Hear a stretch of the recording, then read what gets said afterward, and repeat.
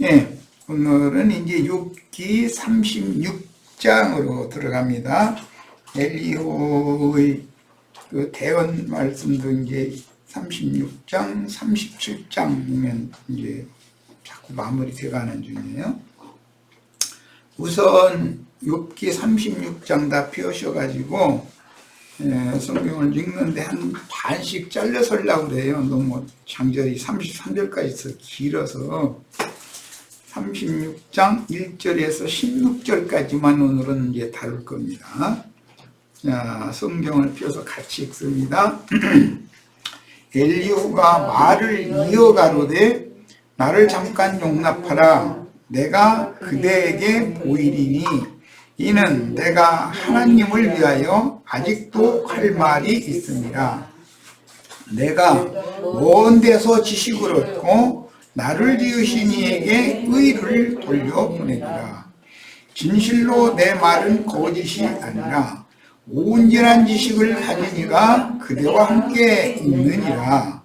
하나님은 능하시나 아무도 멸시하지 아니하시며 그의 지혜가 무궁하사 악인을 살려두지 아니하시며 고난받는 자에게 공의를 베푸시며 그의 눈을 의인에게서 떼지 아니하시고 그를 왕들과 함께 왕좌에 앉히사 영원토록 존귀하게 하시며 혹시 그들이 족쇄에 매거나 환난의 줄에 얽혔으면 그들의 소행과 악행과 자신들의 교만한 행위를 알게 하시고 그들의 귀를 열어 교훈을 듣게 하시며 명하여 죄악에서 돌이키게 하시나니 만일 그들이 순종하여 섬기면 형통한 날을 보내며 즐거운 해를 지낼 것이요 만일 그들이 순종하지 아니하면 칼에 망하며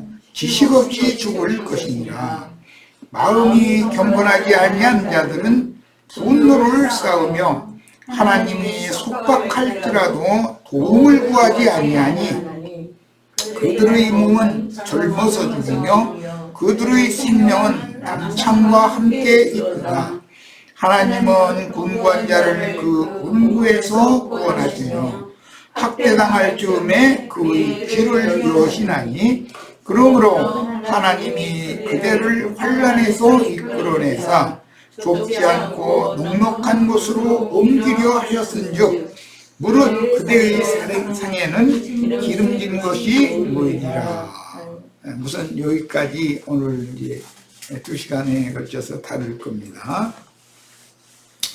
일천천사의 대표인 엘리후가 욥을 계속해서 지금 설득을 하고 있는 말씀이 이어지고 있는 중인데, 기본적으로 우리가 이제 이 엘리후가 욥을 설득하는 이 말씀을 읽으면서 이해해야 될 것은 모든 티끌 인생 흙에서 난 사람, 즉 여자가 난 자들은 중보자의 말씀을 반드시 들어야 되는 거고, 중보자의 말씀을 듣고 중심으로 듣고 영으로 빚짐을 받아서 회개하고 복음을 믿어서 대속을 받아야 할 필요가 있다. 천연적인 사람으로서 하나님의 의와 하나님의 선, 즉 하나님의 영광에 이를 육체는 하나도 없다라는 것이 기본 사상이에요. 이게 이제 복음의 핵심이니까. 요즘 우리 지금 마침 출애굽기 20장 조문의 율법 말씀을 지금 나누기 시작했는데, 이런 기본 그 성경의 기본 개념을 잘 파악을 하고 성경을 읽어야 되는 거예요. 그러니까 자, 이게 문맥과 그 단어의 흐름에 따라서 말씀을 상고하도록 합니다. 엘리후가 말을 이어가로되, 그러니까 지금 이제 실제는 32장에서부터 시작한 엘리후의 그 대언 말씀인데, 이게 이제 37장까지 계속 이어지고 있어요. 그런데 오늘은 36장으로 온 거예요. 나를 잠깐 용납하라. 내가 그대에게 보이리니, 그러니까 말씀으로 계시하는 거다. 계시라는 것은 기독교계 사람들이 무슨 뭐 기도글 속에서 뭘 막 번쩍번쩍 뭘 막 봤다 해서 이런 것이 그 계시를 보는 게 아니다. 지금 엘리후는 욥과 대화를 통해서 보여주는 거예요. 뭘 보여주는가? 하나님, 참 하나님의 기쁘신 뜻을 욥에게 지금 계시해서 설득을 하고자 하는 거예요. 그런데 지금까지 욥과 그 친구들은 거짓 하나님, 광명의 천사를 가장해서 사람들에게 나타나서 사람들에게 인간 철학이나 종교적인 교리의 지식을 자꾸 주입시켜서, 즉 짐승의 이름이나 그 이름의 표시를 듣는 사람들의 이마에 자꾸 표시를 찍어가지고 이게 화인 불도장 찍는 거죠. 그래가지고 사람들을 멸망으로 이렇게 이끌어가는 역할을 하던 게 욥과 욥의 친구들이라고 하는 사실을 깨닫게 해줘야 된단 말이야, 엘리후는 지금. 그래서 내가 그대에게 보이리니, 이 말은 말씀을 대언할 때 사람의 심령에 빛비침이 와야 이 계시가 오는 것이지, 무엇을 막 기도굴에 들어가서 막 기도하는데 뭘 봤다 해서 그러는들, 전에 내가 이제 기도원에 가서 참 이상한 사람들 그 간증한 소리 들어보면 당신 남편이 무슨 요관 어디 막 들어가는 걸 봤다더니 막 이런 소리나 해서 다녔으면 그럼 가정불안 일으켜가지고 이혼시키자는 얘기지. 그게 뭐하는, 아니 하나님이 왜 그런 걸 보여주겠어. 보여줘도. 그러나도 예를 들자면 의부증이 있는 아내라면 그런 말을 들으면 이제 잠이 안 와. 이제 그럼 이제 막 자기 눈에도 자기 그 여자가 말해준 대로 남편이 막 요관에 막 들어가고 막 이런 것만 보이는 거예요. 그러면 남편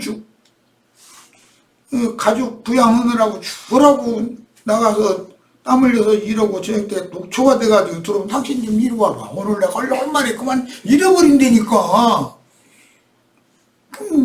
그러면 그게 말하자면 정신병에 걸리게 만드는 거죠. 그런 것이 과연 계시겠냐 이 말이야. 사람의 그 유의 생각, 혼적 기능을 자극하는 그런 방법으로 뭘 환상을 보여준다 보니까 자꾸 그런 걸 추구하고 그러는데, 그런 신앙에서 벗어나셔야 돼요. 말씀을 들으면 하나님과 사람의 관계, 하나님과 우주 만물의 관계, 우주를 어떻게 경영을 하시고 왜 경영을 하시고 나와의 관계는 어떤 관계이고, 그럼 내가 하나님과의 관계가 정립이 안 돼 있으면 하나님께서 여기하고 돌이켜서 관계 정립을 바르게 해야 되고, 이런 것을 계시를 받아야 되는 일이지, 무슨 뭐가 번쩍번쩍 했다 해서 이러면 아주 그냥 우리는 엉뚱한 신앙에 사로잡히는 일이 절대 없기를 바라요. 그럴 분도 여기까지 왔으면 그럴 사람도 없지만, 그래도 알 수 없어 사람이라는 건. 이는 내가 하나님을 위하여 아직도 할 말이 있음이라 라고 그랬는데, 이 말은 엘리후의 하나님과 욥의 하나님이 다르다라는 걸 지금 전제 조건으로 깔고 하는 말이에요. 엘리후의 하나님과 욥의 하나님이 같은 하나님이면 엘리후가 와서 욥에게 설득하는 말을 이렇게 길게 할 필요가 없는 거죠. 욥과 그 친구들은 자신들이 하나님을 알되 아주 그냥 모르는 것 없이 다 아는 하나님 박사들이야 지금. 그런데 엘리후가 들어보니까 이건 순전 거짓푸렁들이거든. 전부 거짓 하나님의 미혹에다 속아가지고 하나님에 대해 크게 지금 오해하고 있는 중이거든. 많은 말을 했는데 아직도 할 말이 내가 더 남았다. 그러니까 이제 그래서 앞에서부터 나를 잠깐 용납해라. 이제 나 빨리 끝낼 거다. 이제 그걸 말하는 거죠. 그런데 오늘 더 나누는 36 36장과 37장은 복음의 진수가 여기에 이제 다 있어요. 욥기 36장, 37장은 아주 명심해서 읽고 아주 막 음미해가면서 꼭 읽으시기를 바라요. 엘리후의 말이 이어지고 있어요. 내가 온 데서 지식을 얻고 그랬는데 무슨 인간 나라의 뭐 남극과 북극과 같은 그런 거리적인 먼데라는 그런 말을 하는 것이 아니라 욥이 알고 있는 하나님과 엘리후의 하나님의 간극이 너무 멀다 이거예요. 하늘과 땅이 먼 것보다도 더 멀어 지금 사실은. 그런데 욥이 생각할 때는 엘리후라는 사람은 궁퉁맞은 말을 하는 걸로 들을 수가 있는 거죠. 먼데 사람 어디 뭐 해성에서 왔나? 뭐 이런 말을 하지? 이렇게 들을 수가 있는 거죠. 다행히 욥은 유심히 듣고 새겨서 들으니까 이제 문제가 없지만은 오늘날 교계에 많은 종교 지도자들 또는 이제 철학적인 지식을 추구해가지고 뭐 사람들을 뭐 설득하고 사람들 모아서 뭐 가르친다고 이제 이런 사고를 갖고 있는 그 혼적인 사역자들 그런 사람들과 영적인 말씀을 맡은 사역자들은 간극이 너무 먼 거예요. 하늘과 땅보다 더 멀어 이게. 내가 먼 데서 지식을 얻었다. 무슨 지식을? 하나님에 대하여 아는 지식을 얻었다. 너와 나의 지식은 말로는 똑같이 지식이 있다 그러지만 네 지식과 나의 지식은 극과 극이다. 지금 이 말이거든. 무슨 지식이냐? 하나님을 아는 지식이란 말이야. 나를 지으신 이에게 의를 돌려보내리라. 그런데 이 말은 욥이 자신에게 의를 돌리는 것을 깨닫게 하려고 하는 말이에요. 엘리후는 하나님 자신, 인자로 오신 예수님이니까 뭘 상징하니까 하나님 자신만이 한 분 그분만이 의로운 분이지 인간이라는 것은 즉 여자가 난 자라는 것, 티끌 인생은 의인이 없는 거다 라는 것을 전제로 지금 하는 말이거든. 욥은 말끝마다 자기에게 의를 돌리려고 그래요. 그런데 엘리후는 내가 지금부터 너희한테 들려주고자 하는 말은 하나님께 의를 돌리고자 한다 이 말이단 말이에요. 지금 얼마나 큰 간극의 차이가 있어요. 진실로 내 말은 거짓이 아니라 이제 예수님은 이 말씀을 진실로 두 번 겹쳐서 늘 이렇게 얘기했죠. 거짓이 아니라고 번역한 말도 앞에 나온 진실로라는 똑같은 용어예요. 그러니까 그 히브리 사람들은 어떤 용어를 두 번을 이렇게 겹쳐서 말을 하면 강조하는 의미가 있는 거예요.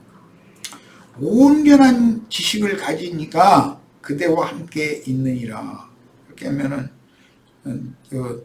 신부님이나 목사님들한테 만약에 우리 지체들이 나가서 온전한 지식을 가지니가 그대와 함께 여기 있어. 내 말 들어야 돼. 만약 이러면 저 죽일려면 어디서 와가지고 자기가 온전한 지식을 갖췄다고 자부하고 있는데 사람들을 자기가 가르칠 권위가 있다고 자기는 하나님에 대하여 하나님 행사에 대해 모르는 것이 없다고 이러고 자부하고 있는 사람한테 와서 온전한 지식을 가지니까 그대와 함께 있다라고 말을 하는 거는 얼마나 담대한 말이냔 말이에요. 이게.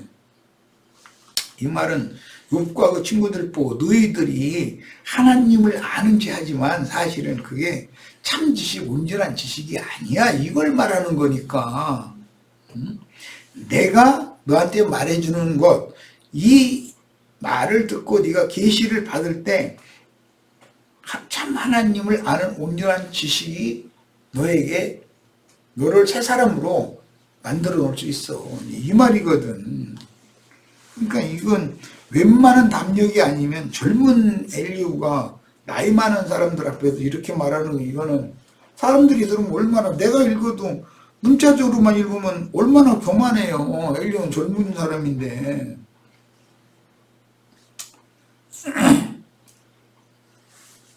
하나님은 능하시나, 여기 이제 하나님은 능하시다라는 말은 모든 것을 자기가 원하는 대로 하실 수 있는 분이다, 이제 그런 말이에요.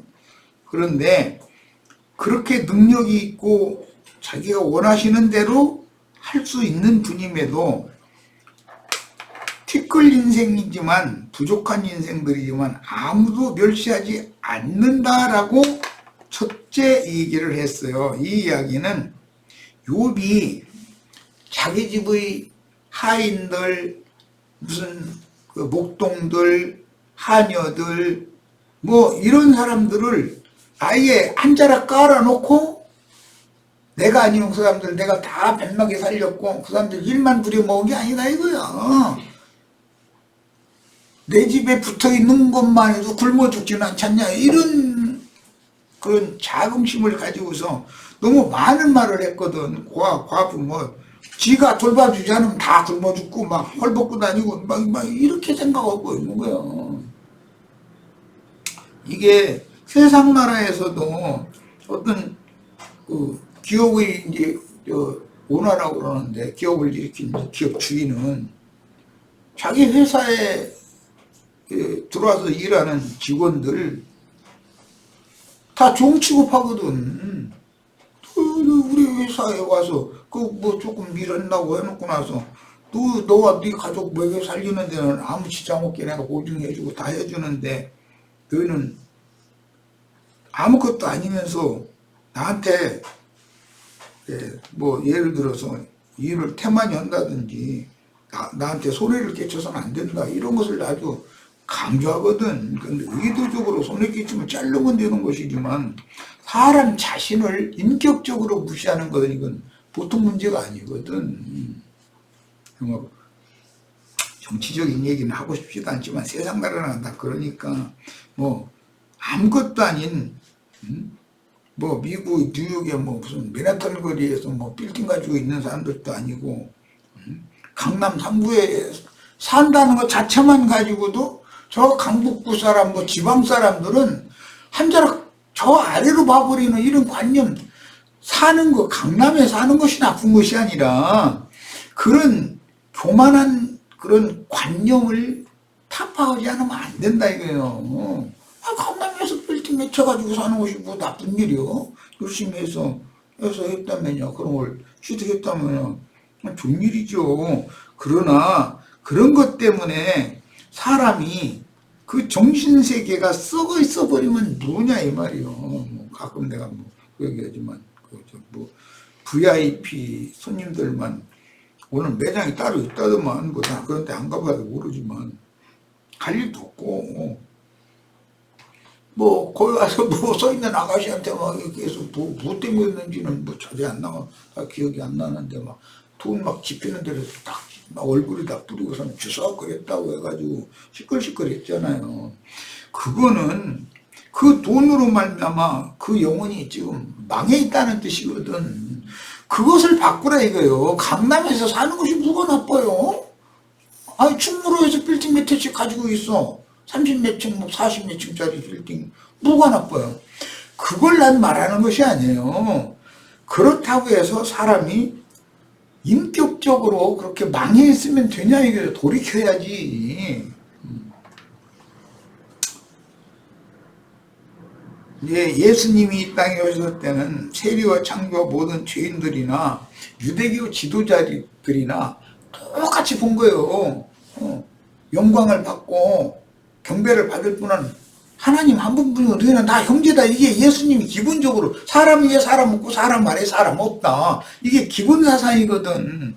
이렇게 하면은 그렇죠 하고 그 받아들여야 되는 거거든. 그런데 모든 사람은 죄인이라고 하는 점에서도 똑같고, 모든 사람은 그리스도의 은혜가 필요하다라는 거에 있어서 똑같은 입장이에요. 하나님은 이걸 보시는 것이지 이 사람이 지식이 많으냐, 얼굴이 이쁘냐, 돈이 많으냐, 이런 그 외적인 것을 보시는 분이 아니거든. 그런데 예수님 오셨을 때 유대교 지도자들은 율법에 이제 그거 정해놔서 그런 것이지만 세리와 창조와 모든 죄인들은 사람 취급을 안 해버렸거든.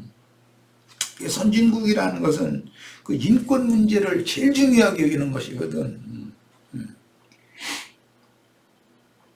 그 다음에 그의 지혜가 무궁하사 악인을 살려두시지 않는다. 근데 악인과 선인 이제 개념이 셈족의 그 악인과 선인의 개념은 인간 세상의 악인과 선인의 개념과는 전혀 다르다. 첫 아담 부부, 그 부부가 첫 번째 육으로 난 자인 카인의 길에 행하는 카인의 후계들은 전부 악인들이요.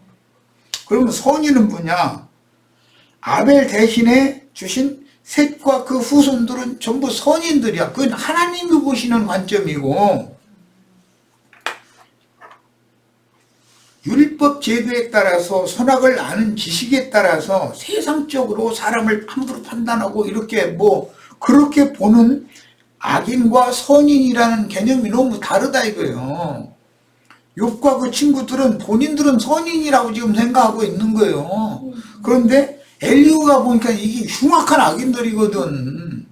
그러면 욥과 그 친구들은 인간 세상에서 뭐 그렇게 크게 뭐 흉엄을 잡힐 거 그런 것이 나는 없다 막 이걸 다 그걸 강조하잖아요.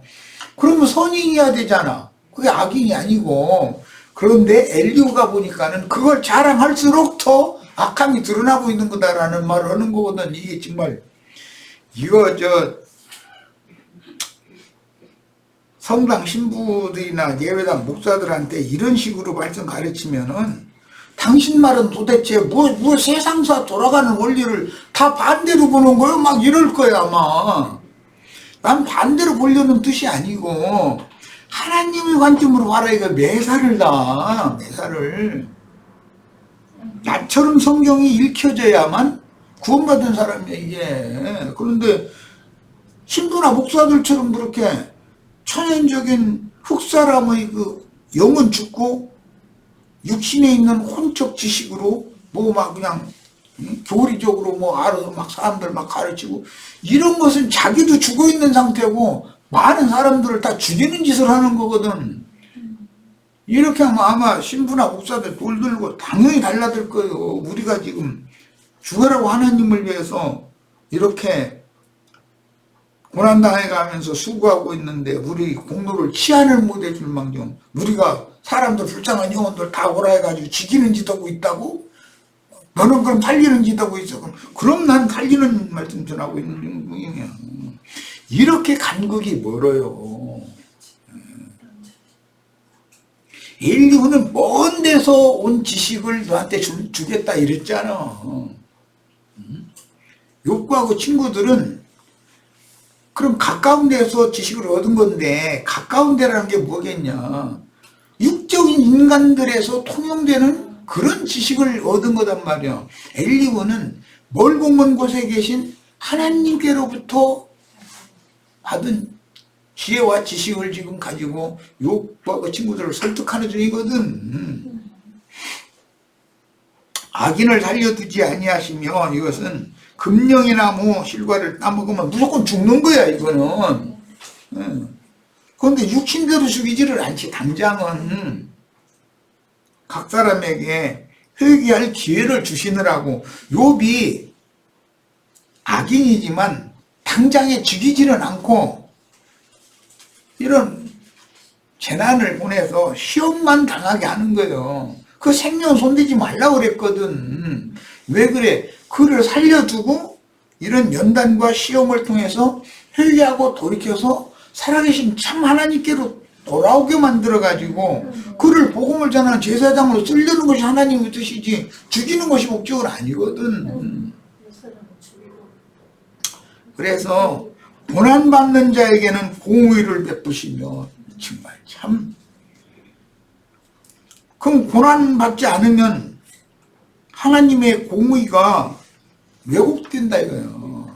이렇게 하면 그럼 고생해야 구원받겠네. 이제 나는 고생하라고 하는 말이 아니라 하나님은 모든 혈과 육을 입은 인생들은 나름으로 고난당하지 않는 육체는 없는 거다. 각 사람에게 보내시는 고난의 종류가 다르지. 그 다음에 그 강약 관계가 다르고, 사람에 따라서. 근데 그거 이제 이해를 시키느라고 삼성 회장실에 앉아있는 그 사람이 나보다 고난을 더 당하는 중이지, 내가 고난을 많이 당한 게 아니다. 나는 그걸 주님께서 정확하게 깨달았어요.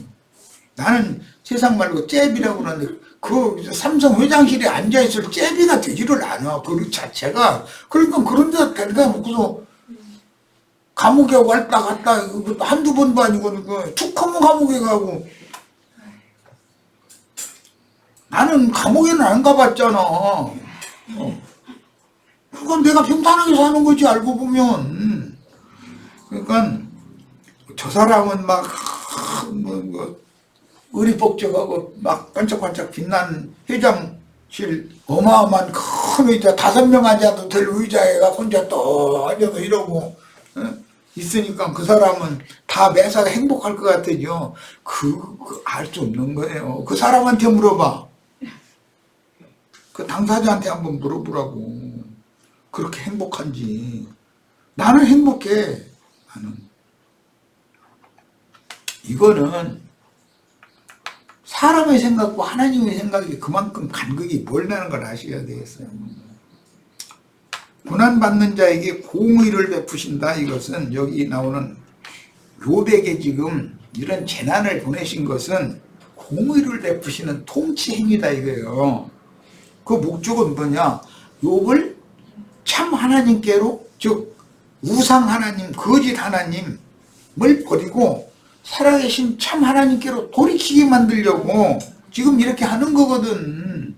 이것이 하나님의 행사다. 공의로운 행사다 이거예요. 그런데 이제 욥은 지가 막 인간 세상에서 어떻게 한 것, 그게 막 의를 베푼 것이라고 의를 자꾸 자기한테 돌리는데, 하나님 보시기에는 그게 아주 괘씸하고 악한 놈이야 이게.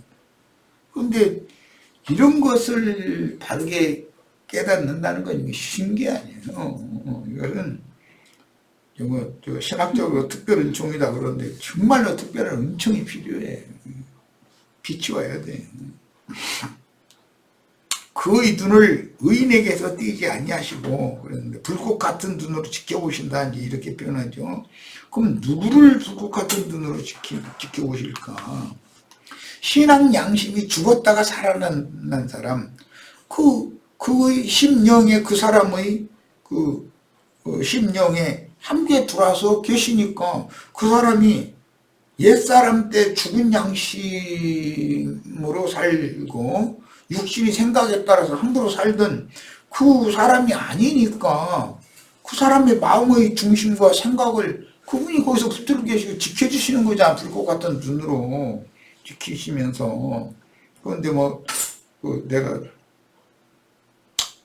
이제 교회 생활을 하다 보면 사람마다 허물과 약점들은 다 있게 마련인데, 어떤 흠결과 허물이 드러나면 빨리 회복을 빨리 하는 것이 중요해. 이것은 핏부림 받은 양심을 가진 사람 속에서 양심의 소리를 들려주시면 양심의 소리를 귀담아 들을 줄 알아야 된다는 거예요.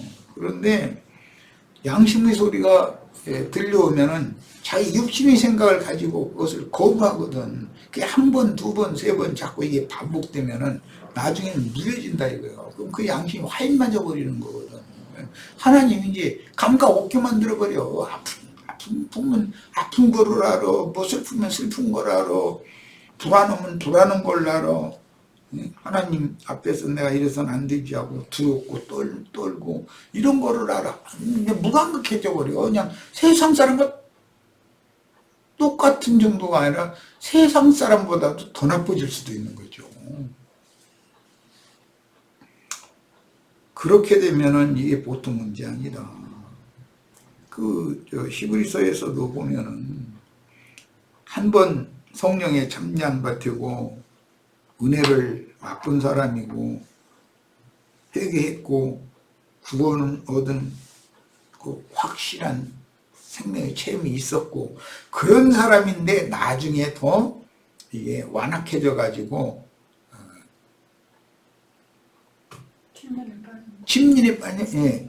이제 하나님을 점점 잃어버리고 자기 아집, 자기 그 주관 여기에 떨어져 버리면 그 사람을 회개시켜서 돌이키게 할 수가 없다는 거예요. 그러니까 믿고 잘못되면 이게 정말 배나도 지옥 자식 된다는 말이 그런 뜻이잖아.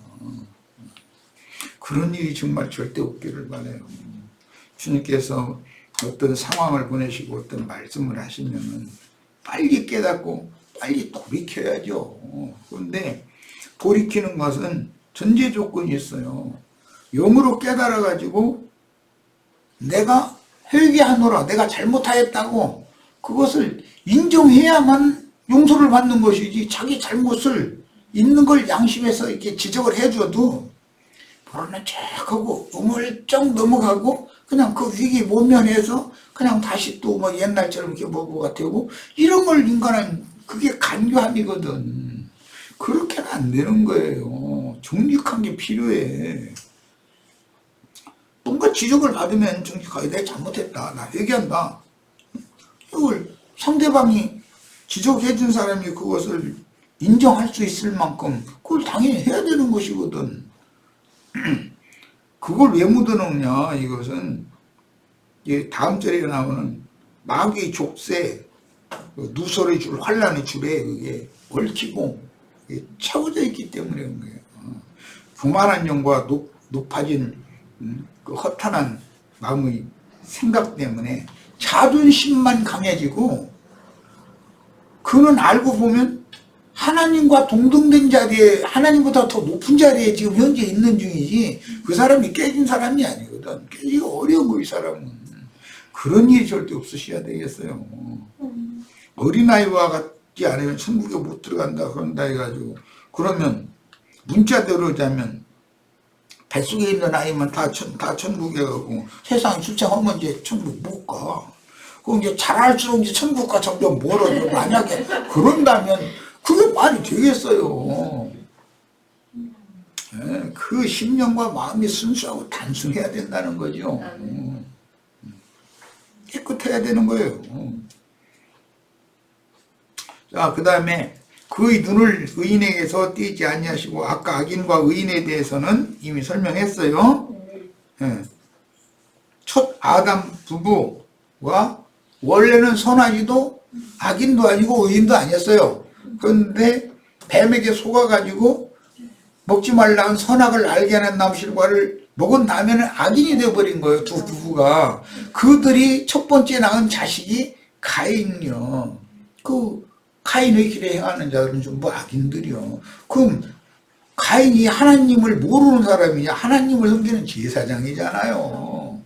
그 흙에 선한 자들의 제사장이라는 게 레위계열에 속한 아론만 차의 제사장이거든.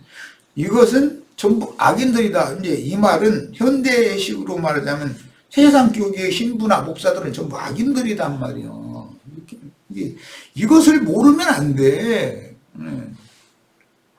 그럼 의인은 누군가? 그들에게 멸시당하고 천대당하던 세리와 창기와 모든 죄인들 주님 앞에 은혜를 입어가지고 그분의 나라를 유업으로 상속받은 그런 진짜로 회개하고 돌이켜서 진리의 말씀으로 거듭난 그 속사람이 왕같은 제사장으로 새로 하나님 앞에 세움을 입은 그 사람들이 의인이요. 그러니까 셋과 셋의 후예들, 아브라함, 이삭, 야곱, 다윗, 예수 그리스도, 사도들, 증인들, 대언자들 이렇게 흘러나오는 그들이 의인인 것이지, 세상 사람들이 생각하는 의인 그것과는 전혀 개념이 다르다.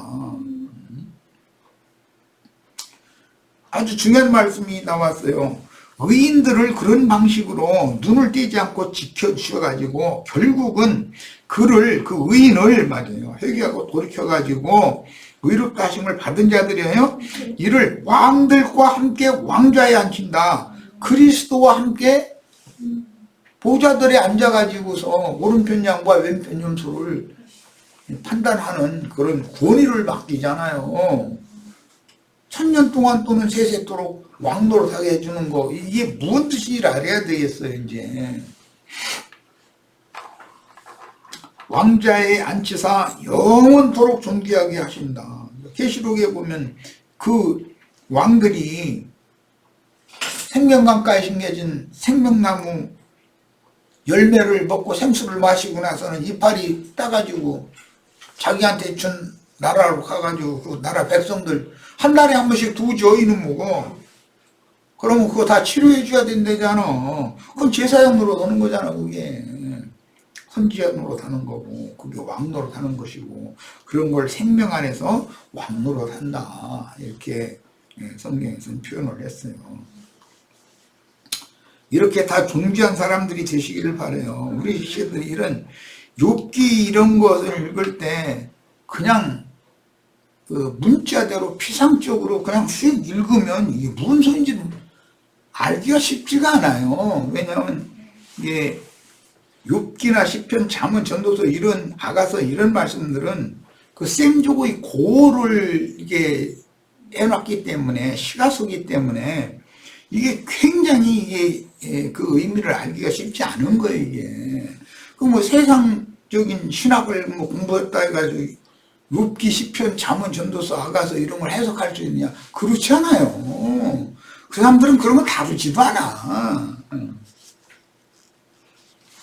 욥기 강론하는 소리, 목사들 강론하는 그 강론과 교회가 지금 욥기를 이렇게 다루고 있는 이런 강론의 말씀을 들을 때 뭐가 다른지를 알아야 돼. 왜 다른지를 알아야 되고,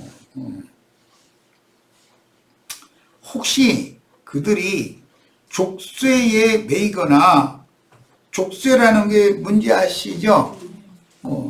사형수, 특히 이제 무기수 이런 사람들은 그 나무판을 이렇게 양쪽에 가운데 목 양쪽에 것을 딱 갖다 채우면 목 들어갈 만큼 위에 구멍 이렇게 반반 내서 대놓고 그 다리 쪽을 사슬로 엮어가지고서 음낙타사 못하도록 딱 하고서는 이러고 나무에 이래가지고 일어나도 못하고 앉도 못하고 그냥 눕도 못하고 이렇게 만들어 놔버리는 그건 뭐 족쇄라고 이제 그러는데, 실제는 여기 이제 발에다가 뭘 이제 사슬을 채운 건 이제 족쇄라고 그러죠. 그런데 실제로는 그 몸을 움직이지 못하게 하는 이제 그런 그 잠금 장치 그런 걸 의미하는 말이에요. 거기에 매이거나 환란의 줄에 얽혔으면 그랬는데, 이 족쇄라는 것은 율법 종교인들이나 타락한 세상 사람들의 교만성과 아집을 족쇄라고 하는 거예요. 셈족의 언어 관습이요, 이것이. 여기에 족쇄로 채워가지고 감옥에다 집어쳐 넣어버려. 그러면 알고 보면 자기 스스로의 옳음과 자기 잘남과 자기 스스로의 선함과 난 저 사람과 다르다고 하는 이런 자존심과 이런 것이 그 사람 스스로를 족쇄 채워가지고서 스스로를 감옥에다가 마비의 그 집에다가 갖다 집어넣고서 거기 갇혀있는 거거든.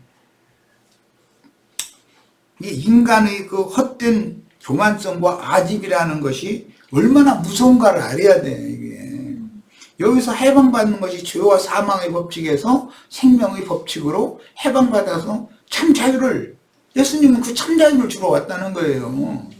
그래서 이제 신약 성경에 보면 막 사도들이 감옥에 갇혔는데 찬송하고 기도하고 그랬더니 옥토가 흔들리고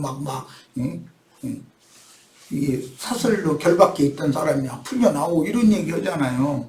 그러면은 그건 문자적으로 볼 때 사람들을 이해시키느라고, 영의 세계에 대해서 이해시키느라고, 즉 죄와 사망의 법칙, 선악을 알게 하는 남실과를 먹은 지식, 그로 굳어진 상태에서 해방시켜서 생명의 성령의 법칙으로 해방시켜서 참자유를 사람들에게, 신앙의 자유, 양심의 자유를 주는 것을 상징하는 거잖아. 우리가 이런 말을 못 알아들은 사람이면 거듭난 사람이 아니에요. 그 다음에 환란의 줄에 얽혔으면, 환란의 줄이라는 것은 저 죽을지 지가 하는만 내 세상 말은 이렇게 하죠. 그 환란의 줄에 얽히는 거잖아 지금. 그게 셈족의 개념에서는 타인의 길에 행하는 다른 교훈을 전하는 자들이 가르치는 철학 지식이나 종교적인 교리에 세뇌당해버린다 이거요. 기독교인들, 천주교인들 들으면 기분 나쁠지 모르지만 내가 혹시 환란의 줄에 누설에 혹시 결박당해가지고 필라케라고 하는 악령들과 악귀들의 감옥에 지금 내가 갇혀있지는 않은지 잘 생각해 보셔야 돼. 그 다음에 그들의 소행과 악행과 자신들의 교만한 행위를 알게 해주신다. 이것이 앞에도 보일이니 그랬고 내가 알게 해주겠다 그랬는데 어떻게 아는 것이 영원한 멸망이냐 영원한 생명이냐 영생이냐를 나누는 거거든. 아는 거에 어떻게 아느냐 이거예요. 그런데 그들의 소행과 그럴 때 이건 악인들의 소행인데 욥과 그 친구들이 뭐 나쁜 짓을 한 게 아니에요. 유대교 지도자들이 뭐 우리 형제 자매님들보다 악한 짓을 많이 했겠다. 세상적으로 악한 짓을 많이 했겠다. 그렇지 않습니다. 세리나 창기나 모든 죄인들의 그 소행과 유대교 지도자들, 바리새인, 율법서, 서기관들 이런 사람들의 그 소행은 비교도 안 돼요. 로마교 신부나 세상에서 우러러보는 목사들의 그 소행과 우리 형제 자매님들이 객관적인 소행을 판단한다면 비교도 안 돼요. 따라가들 못해요. 우리 형제 자매님들은. 뭐 나도 아예 나는 그거 따라가려고 해도 않고 따라갈 빌세 어떻게 황색으로 쫓아가. 안 되는 일입니다. 그런데 하나님이 보시기에는 그들의 소행을 악한 소행으로 볼 수가 있다는 거예요. 그들의 소행과 악행과 그랬잖아요. 자신들의 교만한 행위를 엘리후를 통해서 지금 알려주는 거잖아. 욥과 그 친구들이 그들의 소행과 악행이라고 그랬지만 의로운 행위였었어. 선한 행위였었고 본인들이 볼 때는 자신들이 교만한 행위라고 그러지만 나는 지금부터 교만한 말을 좀 할게요. 이렇게 말을 하면 목사들이 강대상에서 나 지금부터 좀 교만한 말 좀 할 거야. 오늘 설교 전부 내 교만한 말 좀 할 거야. 이러면 손님 하나도 안 와. 앉았다가도 에이 그래 안 된다 하면 다 나가버리지. 교만한 행위라는 것이 욥과 그 친구들이 의를 자기에게 돌리고 선을 자기에게 돌리는 것이 이게 교만한 행위거든. 자기 자랑하는 거. 예. 그 목회하는 사람이 강대상에서 정말 말 조심해야 되는데 그냥 한중에 자기 자랑, 자기 자식 자랑, 심지어 자기 마누라 얼굴 이쁜 것도 자랑한다니까. 그러면 참 하나님 보시기에는 야, 너 사람이 어떻게 이렇게 덜 떨어졌나 그러지 않겠어요? 생각해보라 이거요. 그러면 네가 보는 그 관점과 내가 모든 사람을 보는 생각하는 관점은 다른데 나는 능한 하나님이지만 아무도 멸시하지 않고 다 똑같이 본다. 그런데 너는 육적인 거, 외적인 거, 세상적인 걸 가지고서 높낮이를 정하고 어떤 자리를 정하고 너 왜 자꾸 그거 하냐. 이러거든. 우리 이제 마침 출애굽기 지금 말씀 이제 나누고 있는 중인데 하나님의 제단 토단 쌓는 얘기를 해요. 그 토단이라는 건 육신적인 사람이 율법적인 종교 제단을 쌓는 것을 말하는 거잖아요. 돌제단을 쌓는 것도 솔로몬의 성전처럼 이렇게 치석해가지고 갔다가 자리를 맞추는 것이 아니라 자연석으로 가서 그 제단을 쌓으라고 돼 있어. 자연석이라면 뭐 죽은 심령이잖아. 죽은 심령. 선악과의 독에 의해서 죽은 영들이요. 그걸로 제단을 쌓는데 거기다 대고 또 올라가는 층계를 많이 만들어놔 또. 그래가지고 층계 만들지 말아라. 그리고 내 앞에서 하체를 보이지도 말고 땀내지 말아라. 하지 말라는 게 많기도 해. 뭐 재단 쌓는데 뭐 하체 보이고 뭐 땀내 쌓고 뭐 그게 지금 뭔 소리겠어. 그런 거 하지 말라. 그것은 종교 생활하지, 종교인의 생활하지 말라는 말이잖아. 아니 재단을 쌓으면 좋지. 왜 아니 재단을 쌓는데 왜 흙재단을 쌓아야 돼? 하나님의 임재 앞으로 나갈 때는 마당에 제사가 있는데 놋재단이에요. 마당은 청량을 하지 말라고 돼 있어. 최종적으로는 지성소의 하나님의 보좌, 예수 그리스도의 신앙 양심이며 거기에 앉아 계신 하나님의 영광 앞에 나가는 새로운 길을 얻는 것이 복음인 것이지.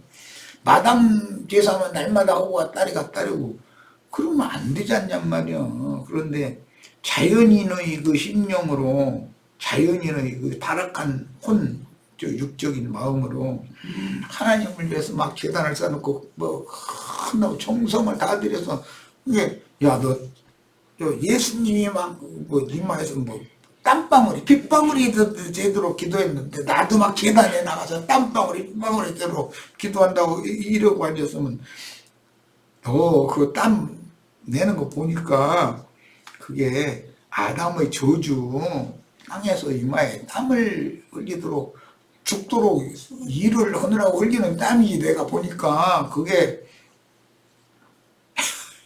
예수님 흘린 그런 땀방울이 빗방울이 된 게 아니야. 너 왜 이렇게 맑게 못 알아들어? 이런 거 어떻게 할 거야, 이런 거.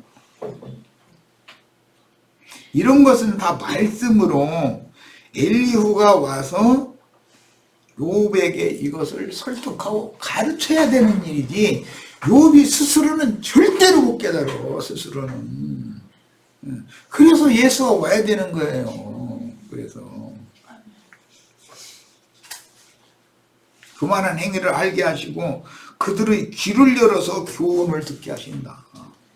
할려받아야 되잖아. 귀와 그 마음 중심이 하나님과 상통할 수 있는 길이 열려야 되니까.